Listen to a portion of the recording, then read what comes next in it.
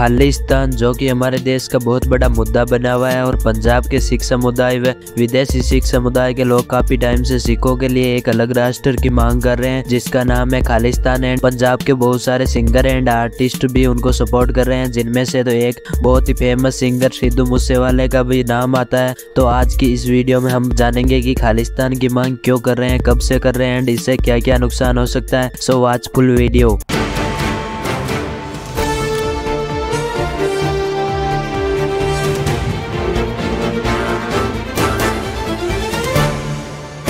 तो इस कहानी की शुरुआत होती है 29 अप्रैल 1986 से। तब सिखों द्वारा एक समिति बनाई जाती है जिसका नाम था संयुक्त मोर्चा पंथक समिति। फिर इस समिति ने 1986 में खालिस्तान की मांग उठाई थी और उसका रीजन बताया कि 29 अप्रैल 1986 के दिन अकाल तख्त साहिबा से हम सभी देशों और सरकार के सामने ये घोषणा कर रहे हैं कि आज से खालिस्तान खालसा पंथ का एक अलग घर होगा एंड खालसा सिद्धांतों के मुताबिक सभी लोग खुश रहेंगे और इससे सिखों को शासन चलाने के लिए उच्च पदों की जिम्मेदारी दी जाएगी जो कि सबकी भलाई के लिए काम करेंगे। लेकिन उस टाइम पर इस पर हमारी केंद्र सरकार ने ज्यादा ध्यान नहीं दिया था। तो एक पूर्व आईपीएस अधिकारी सिमरनजीत सिंह ने 1989 में जेल से रिहा होने के बाद एक बार फिर से इस मुद्दे को उठाया, लेकिन सरकार ने इसे फिर एक बार नजरअंदाज कर दिया। But after some time Punjab का एक अकाली दल के नाम से संगठन था जिसके प्रमुख नेताओं ने 1992 में इस मुद्दे को एक बार फिर से आगे बनाया और 22 अप्रैल 1992 को संयुक्त राष्ट्र संघ के महासचिव को एक ज्ञापन सौंपा था जिसके लास्ट पेज में लिखा था कि सिखों के आर्थिक, सामाजिक और सांस्कृतिक अधिकारों की रक्षा और स्वतंत्रता की बहाली के लिए पंजाब का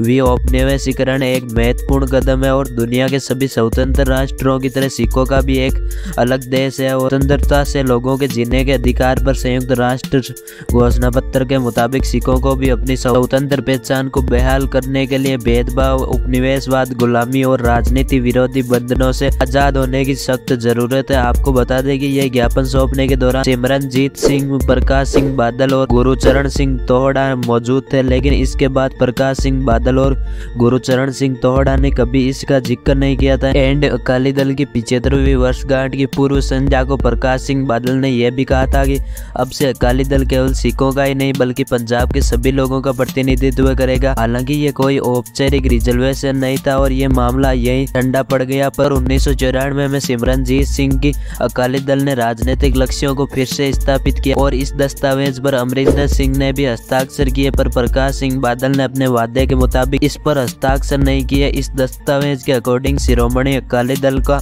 मानना था कि हिंदुस्तान अलग अलग संस्कृतियों का एक उपमहाद्वीप है, हर एक संस्कृति की अपनी विरासत है। इस उपमहाद्वीप को एक संघात्मक संरचना के तहत फिर से गठित करने की आवश्यकता है ताकि हर संस्कृति फले फूले और दुनिया के बगीचे में एक अलग सुगंध छोड़ सके। यदि इस तरह का संगठनात्मक पुनर्गठन भारत सरकार को मंजूर नहीं है तो शिरोमणि अकाली दल के पास खालिस्तान की मांग के अलावा कोई और रास्ता नहीं है। और इस दस्तावेज पर कैप्टन अमरिंदर सिंह, सिमरनजीत सिंह के अलावा 4 लोगों ने और हस्ताक्षर किए थे, पर फिर भी हमारी केंद्र सरकार ने इनकी मांगों को नहीं माना, जिसके कारण अब तो अमेरिका, कनाडा एंड ब्रिटेन जैसे देशों में रहने वाले सिख भी खालिस्तान की मांग उठा रहे हैं। हालांकि इन देशों के द्वारा सिखों को सपोर्ट मिलने के बाद भी पंजाब के लोग उन्हें समर्थन नहीं दे रहे हैं। और सिख फॉर जस्टिस एक अमेरिकी ग्रुप है जिसकी स्थापना 2007 में पंजाब यूनिवर्सिटी चंडीगढ़ से लॉ ग्रेजुएटेड गुरपतवंत सिंह पन्नू ने की थी। उस ग्रुप को भारत सरकार ने 10 जुलाई 2019 को गैर कानूनी गतिविधि अधिनियम के तहत प्रतिबंधित किया था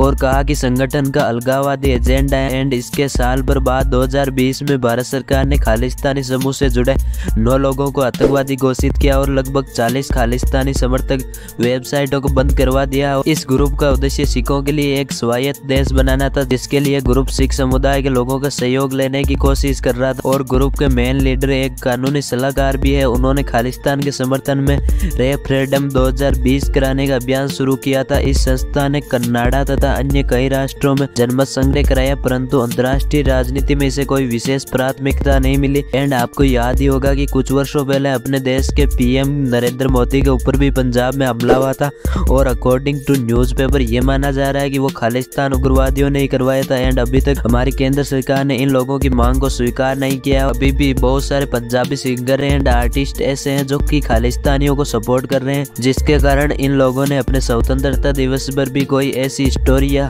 स्टेटस शेयर नहीं किया था जिसमें ये लोग स्वतंत्रता दिवस की शुभकामनाएं देते हुए दिखाई दे। और इनमें से एक फेमस सिंगर सिद्धू मूसेवाला का भी नाम आता है। हालांकि अभी उनकी डेथ हो चुकी है, पर वो हमेशा खालिस्तानियों की सपोर्ट करते थे। अब हम जान लेते हैं कि खालिस्तान बनने से क्या नुकसान होगा हमारे देश को। तो इससे सबसे बड़ा नुकसान होगा वो है अनाज का, क्योंकि आपको पता ही होगा कि जब हरित क्रांति चलाई गई थी तब सबसे ज्यादा पंजाब, हरियाणा और पश्चिमी उत्तर प्रदेश पर ध्यान दिया गया था, जिसकी वजह से उन लोगों के पास उन्नत तकनीक है और वहाँ के अधिकतर लोग कृषि करते हैं। और पंजाब अनाज उपज की दृष्टि से भारत के तीसरे स्थान पर आता है, जो कि अकेला देश की 12% अनाज उत्पादित करता है। और ये हमारे देश से अलग हुआ तो हमारी कृषि क्षेत्र में गिरावट होगी। एंड इसका दूसरा नुकसान है देश का विखंडन। अगर हमारी सरकार इन लोगों की बात को मान लेगी तो हमारे बहुत सारे राज्य अलग राष्ट्र की मांग करेंगे, जिससे देश के टुकड़े टुकड़े हो जाएंगे। तो यही रीजन है कि हमारी सरकार इनकी मांग को मान नहीं रही है। तो वीडियो को करते हैं यहीं पर एंड। अगर वीडियो पसंद आई तो वीडियो को ठोको लाइक और चैनल पे नए हो तो चैनल को सब्सक्राइब कर लीजिए।